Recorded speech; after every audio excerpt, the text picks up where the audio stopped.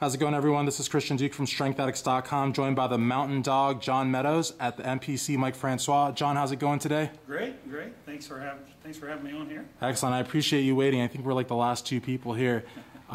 Let's talk a little bit. I know everybody knows pretty much everything there is to know about you, which is just a really big general statement, but you're actually getting ready for the Team Universe. And you're prepping yourself, of course. I mean, who's going to prep you? Talk to us a little bit about how you hold yourself accountable as your own client, as your own coach, getting ready for a show where you will hopefully turn professional. Well, you know, I have a little, I think I have a little different perspective than a lot of people do on that. A lot of people like to kind of lay low, keep to themselves, and that's great. My approach has been a little different. My approach has been, I'm going to commit to doing this show, and I'm not going to back out of it. Once I commit and I post a few pictures through social media, hey, I'm in, and the last thing I want to do is embarrass myself. So right. I kind of like from the outset just putting pressure on myself as opposed to just laying low, and then if I'm not ready, not doing the show or whatever. And this year was a little different too, because I have a program that I've been doing where I write down basically everything that I'm doing, and I have a group of people that signed up and they're doing it with me. It's kind of a really cool concept, I think. So now I've got like another whole added level of pressure. It's like now if I mean everything I write down is exactly what I'm doing, so people can tell, well, he's either working hard, he's not working hard, because I'm not lying, I'm not making stuff up. So that kind of added a whole nother level of pressure on me too. It's like I don't want to let these people down. I don't want to, if I goof off when I'm training, these people are going to see it. And I have kind of a cool dynamic with the people that follow me. I think it's was developed through, you know, we've got a good connection. I've tried to always be real with people. I'm not a drama guy, but you know, I've always tried to be honest. And so, you know, for me, I like to answer your question, I like to put a lot of pressure on myself. And I don't want to embarrass myself, so right. I do the best I can. Then at the end, it gets tough, because then at the end, when there's really very little fat left on your body, you start seeing like your body in the morning will look very dry, and then at night it looks watery, and it starts playing games with your mind. You're like, did I just get fat through the day? Why do I look so bad now? But it's just water, right? It's just water that accumulates during the day. And I tell this to all my clients, and it always turns out, hey, you were right, you know. But every year I go through that same battle. I'm a week or two out. Everybody's like, you're so dry, you're so hard. Then at night I'm a little watery, and I'm like, oh man. So it does kind of play tricks on your mind, and I always got to just keep telling myself over and over and over, you're in good shape. Mm-hmm. Not out of shape, you're not going to embarrass yourself, just keep working hard and you'll be fine. So. Awesome. Now, as far as bodybuilding goes on the professional level, I know there was a lot of talk about this year's Arnold Classic. I was very happy to see Justin Compton take third, and I was happy to see Dexter Jackson take first. But Arnold, you know, was a little upset there about Cedric not placing higher. What did you think about, you know, what Arnold's comments about the symmetry and all that, and what did you think about the placings? Were you happy with the top five? I personally thought the placings were dead on. Okay. And it was interesting. I was sitting pretty close up, and when Branch walked out, I thought, holy cow, he's got a chance to win. Well, actually, Dexter came out before him. Dexter was first. Dexter came out, and I thought, man, he's going to be hard to beat. And then Branch came out, and I thought, wow, he's going to be hard to beat. Then Justin came out, and Justin looked phenomenal. He looked like he was a little washed out in his abs, a little bit, but he looked phenomenal. Cedric came out, and I thought, he looks really good. You know, Evan and Rolly came out, and I thought they looked really good. But then as they posed, like Cedric had some stuff going on that was wicked, like in his rear poses. It reminded me of Lee Haney. I haven't seen anybody's back kind of bubble like Lee Haney's since Lee Haney. Okay. Cedric had that. So as the presentation went on, I was starting to become a Cedric believer. But when he first came out, he didn't, from where I was sitting, have quite the same impact that Dexter and Branch had. And Justin also got better too as they posed, which I thought was interesting. So I thought the placings were good. And in terms of what Arnold said, I don't think anybody out there wants to see anybody with big bellies. Right. I don't think any of us want to see that. I've got a wide waist myself, but if you look at my clients, they've all got very small waists.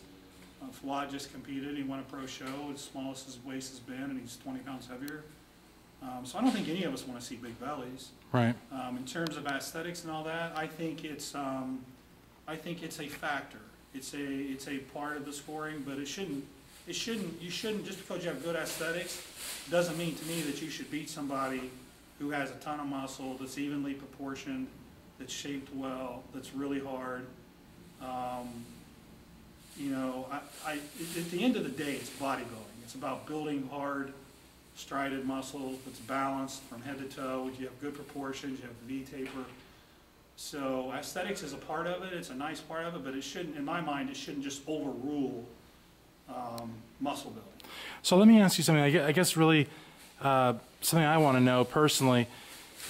Should the quote-unquote mass monster, the quote-unquote vascular, freaky, grainy guy, should he try to out aesthetics the aesthetics guy, or should he try to, what should he try to do? Because like someone like Branch Warren is not going to beat someone like Dexter Jackson on aesthetics.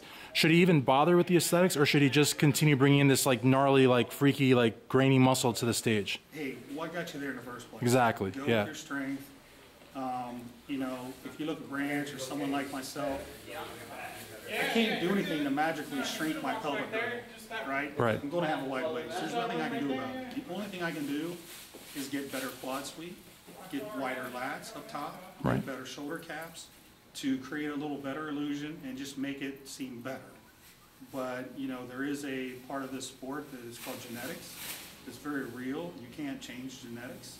So my opinion is, you know, I've seen guys like, for example, try to make their waist smaller by not squatting and deadlifting. And every time I've seen that, the person looked worse. Yeah. The waist thing getting smaller. The only thing that got smaller was like their legs if they stopped squatting. I've seen this happen through the years, all the way up in the professional levels. So your genetics are your genetics. You're not going to change your bone structure. So go with what got you there. You do have to realize there's a point of no return, though. You've got so much muscle on your body, you know, you can only add so much, and eventually the aesthetics will get worse. And that's the line I think people got to find.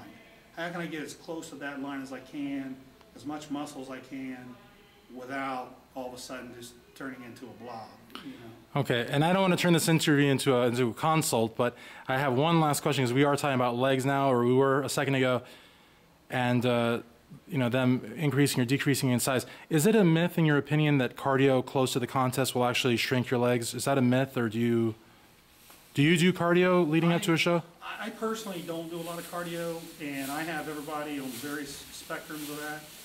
There's a lot of factors that play into that. How has their diet been? Are they carb depleted? How is their weight training sessions? Are they training once a week? Are they training twice a week? How deep are they tapping into their recovery? Yeah. So there's a lot of factors that play into that. And I think what people do is they look for a black and white yes or no. Right. When you should be looking at the circumstances that the person's in.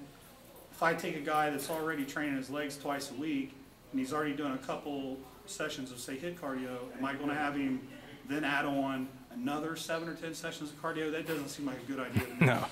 Right. But you take a guy who's only training once a week, his legs, and, you know, is that guy going to be okay on the step mill?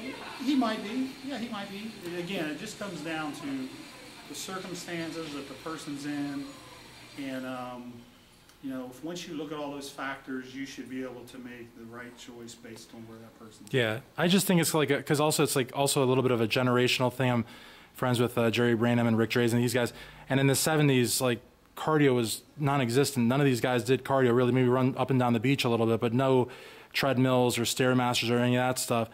But of course, the physiques are a lot different today than back then also. So it's, yeah. And like you said, there is no real black and white answer. It's kind of a physique by physique thing. So, right. Okay, well, listen, I really want to thank you. What do we say, a 2-minute interview? It's like 9 minutes. So I really appreciate it. My pleasure. For the Mountain Dog, John Meadows, Christian Duke, StrengthAddicts.com.